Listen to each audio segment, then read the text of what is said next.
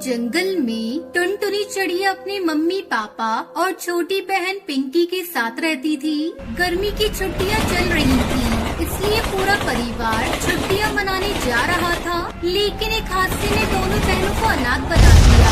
अचानक से तीन ट्रेन एक दूसरे से टकरा जाती है, जिसमें कई मासूम पक्षियों की जान चली जाती है।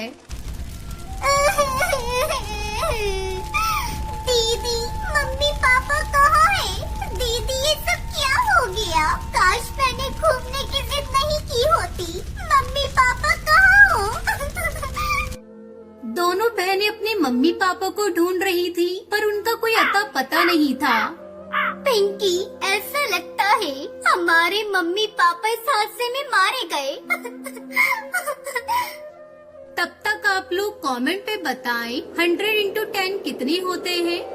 ट्रेन की पटरी पे चारों तरफ पक्षियों की लाशें पड़ी हुई थी और चारों तरफ चीख पुकार मची हुई थी।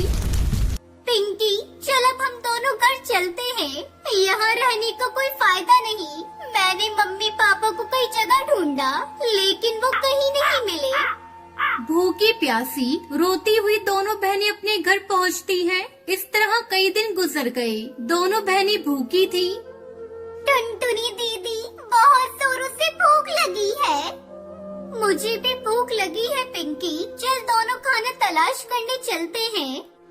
वो दोनों भोजन की तलाश में जाती हैं। तभी रास्ते में उन्हें एक पक्षी केले बेचते हुए नजर आता है। केले ले लो, केले, पके हुए केले, मीठे मीठे केले ले लो, केले। टुनटुनी दीदी, मुझे केला खाना है। पिंकी, मेरे पास तो पैसे भी नहीं है। मैं केला कैसे खरीदूं तेरे लिए? दीदी, एक बार मांग कर देखो ना अंकल से, शायद वो केले दे दे।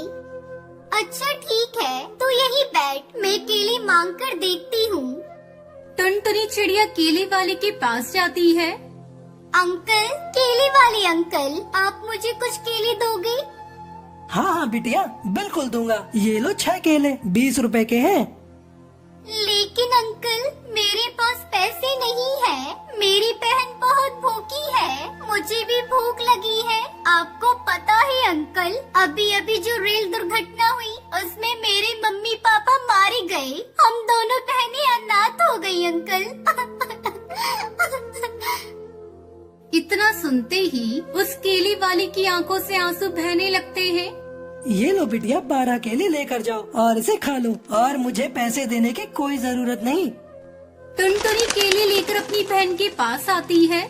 पिंकी, चल केला खाते हैं। अंकल ने जब हमारे बारे में सुना तो रोने लगे और उन्होंने मुझे इतने सारे केले दिए। दोनों बहनें पेट भरकर केले खाती हैं और बचे हुए केले को अपने घर के आंगन में दबा देती हैं। समय गुजरने लगता है और जहाँ उन्होंने केले दबाए थे, वहाँ केले के पेड़ उगाते हैं और जल्दी उस पर केले लग जाते हैं। अरे वाह दीदी, देखो ना, केले के पेड़ पर कितने सारे केले लगे हैं। अब हम इनको बाजार में बेच देंगे और पैसे कमाएंगे।